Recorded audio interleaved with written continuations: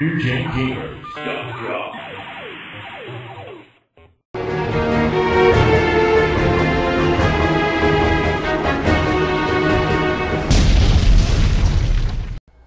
Going to duck down here. I remember how to do it. Alright, well, I'm going to hop back into our story of Sony lore. Yeah, let's continue As Nintendo decided to work with Philips to create the CDI, Sony was left with all this technology. They had basically built a video game system and had the rights to it. So,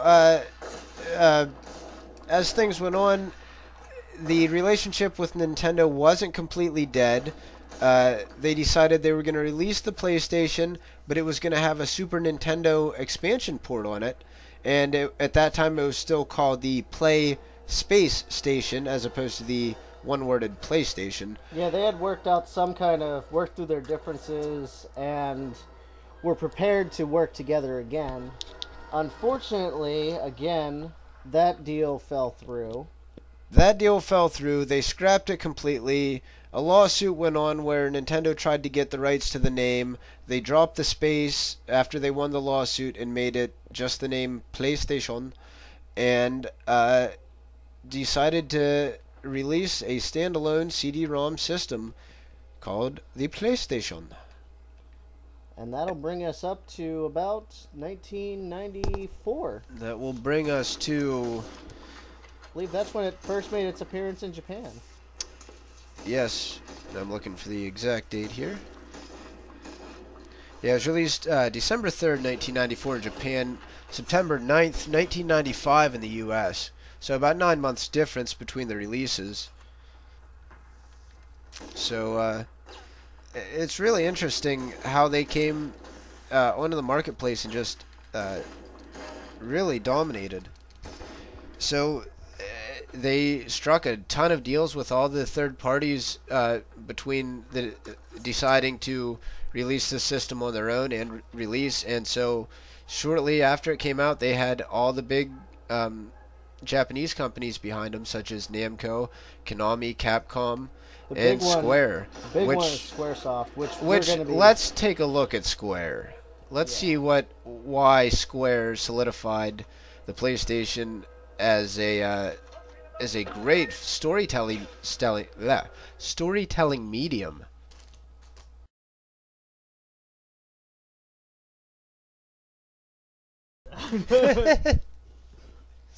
Just put that in my pocket. Now, speaking of Square, this was their quintessential hit. This is Final Fantasy VII, the game that pretty much made the PlayStation, in a lot of people's opinions. And that music, so familiar. people have been hearing it since, what, 1986 or 7, from Mr. Haranobu Sakaguchi. And this, I think, defined the PlayStation as a brand new, different video game system than we had ever seen before. Yeah, I think we'll take level 93. And this is a super maxed character. Alright, Luke, where are we?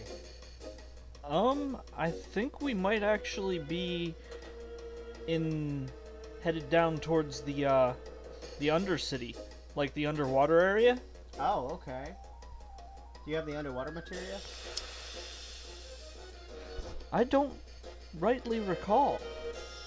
What can we say about this game? Apparently someone has a limit break, so let's show that off. Maybe. Maybe not. Never mind. It's what happens when your characters are beastly. This is from how many hours of playing, Luke? I'm gonna guess probably a couple hundred. Because, you know, after a certain point, it doesn't actually keep track anymore. It just tells you that you have 99 hours and 59 minutes logged in. Okay. So why is this game worth breaking the clock for?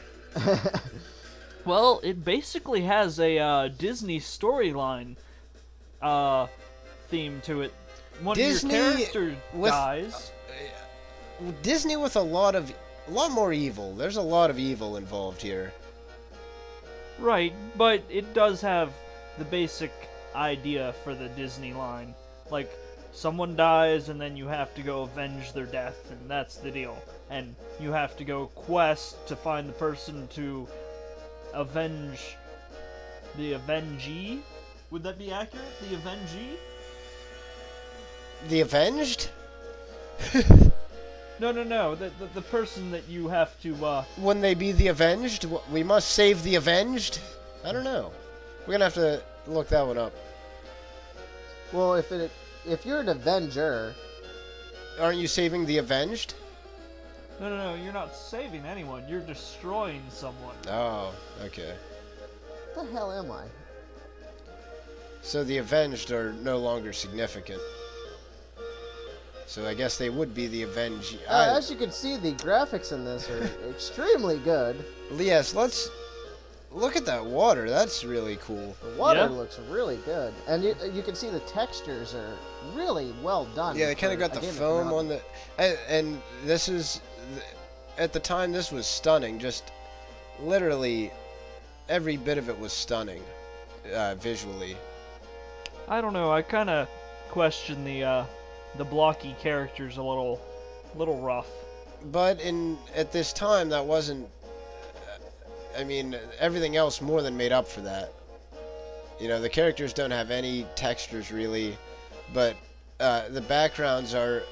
You know, they didn't go for a full 3D look, but they're pre-rendered 3D backgrounds that your sprites basically move around in.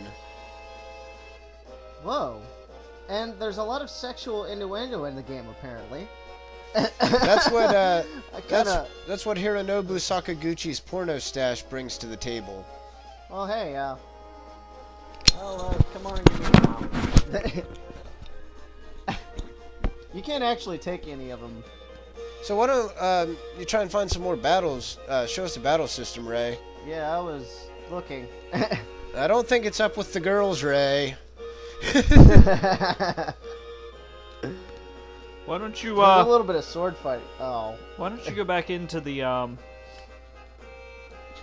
dungeon area down there where we were at, and we ran into Where we the were? random battle? Yeah. Okay, in. so we'll continue back on with Sony themselves. Pulled in all these great developers by offering the greatest storytelling medium possibly up to that point in interactive entertainment. Full CD quality audio, potential for full 3D graphics, the animated FMV cutscenes, which would allow you uncompressed, fully realized CGI cutscenes that just this game took to the next level.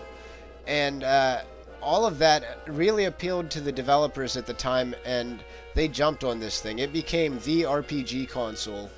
I mean, this system probably had more RPGs than anything before it by far.